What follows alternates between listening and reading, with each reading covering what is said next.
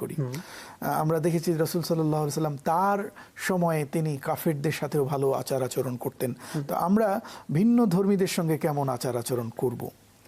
আসলে আমাদের আচার আচরণ যেটা, আমরা যারা ভিন্ন ধর্মীদের সাথে কিভাবে কখন কিভাবে আচার আচরণ করব, এটা সব সময়ের জন্যই, সব সময়ের জন্য না, শুধু রোজা বলে কথা নয়।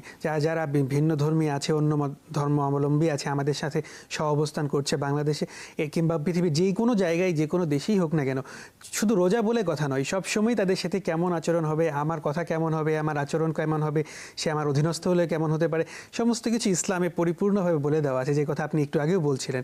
তো ঠিক ওইভাবেই আচরণ, একেবারে পরিপূর্ণ তার সাথে আচরণ করা তাদের সাথে। আচ্ছা, আরেকটা বিষয়, অনেক কর্পোরেট হাউসগুলোতে আমরা দেখি যে যেখানে নামাজের অ্যারেঞ্জমেন্ট নেই, কিন্তু একটুখানি উদ্যোগ কেউ নিলে কিন্তু দেখা যায় পরিবেশের কারণে অনেকে নামাজ কালাম পড়বেন।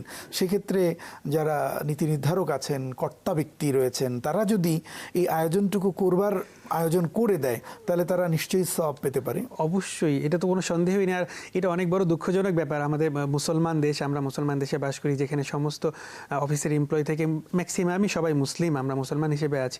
তো সেখানে যদি নামাজের জায়গা থাকবেই, এটাই থাকবে, এটাই আশা করা স্বাভাবিক। যদি না থাকে তাহলে তো অনেক বড় দুঃখজনক। তারপরেও যারা নেই, কোনো মালিক যদি নিজ উদ্যোগে করে দেন এবং এমপ্লয়ীদেরকে নামাজের সময় দেন আলাদা করে এবং উৎসাহ প্রদান করেন, তো অবশ্যই এই যারা কাজ করছে তাদের অফিসে, তাদের এই আমলের একটা সওয়াব অংশ তিনি অবশ্যই পেতে থাকবেন। এটা সাদকায়ে জারিয়া হিসেবে চলতে থাকে। এখানে দর্শক একটু আমি বলতে চাই যে পৃথিবীতে যে কোনো ভালো কাজ যদি কেউ সূত্রপাত করেন, আর সেই ভালো কাজ থেকে যদি কোনো মাখলুক, মানুষ তো শুধু নয়, যদি সেটা একেবারে পিপিলিকার মতো ছোট কোনো প্রাণীও যদি সেখান থেকে উপকৃত হয়, সেই উপকারের কারণে কবরে বসে বা সে কিয়ামত পর্যন্ত এটার সওয়াব সে পেতে থাকবে। যদি কোনো, আর সেটা যদি নামাজের অ্যারেঞ্জমেন্ট কোনো কর্তা ব্যক্তি করে দেয়, সেটা বড় উত্তম কাজ, মানে কথাই নেই। যাচ্ছি, আচ্ছা, আমাদের হাতে খুব সময় কম, খুব সংক্ষেপে যদি বলে দেন যে কর্মক্ষেত্রে আমরা রোজা প্রতিপালনের ক্ষেত্রে আমরা কোন ব্যাপারে সবচেয়ে বেশি সচেতন থাকবো?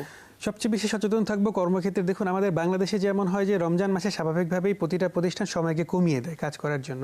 তো আমরা এখানে দুই পক্ষই, মানে মালিক পক্ষ এবং কর্মচারী যে কাজ করছে, দুই পক্ষেরই সতর্ক থাকা দরকার। যেহেতু আমাদের মালিক আমাদের সময়কে কমিয়ে দিয়েছেন, তো যতটুকু সময় আমি কাজ করতে পারছি, এটা যথেষ্ট সুষ্ঠু ব্যবহার করা, একেবারে পরিপূর্ণভাবে এই সময়ের হক আদায় করে এবং এই সময়কে ব্যবহার করা, এবং আমার যতটুকু কাজ এই সময়ে করা দরকার, এই সময়ের কাজকে পরিপূর্ণ করে দেওয়া, এটা অনেক বেশি গুরুত্বপূর্ণ, যেহেতু মালিকও আমাদের উপর এহসান করেছেন। এইখানে অসংখ্য ধন্যবাদ জনাব নুরে আলম, আপনাকে সময় দিয়ে।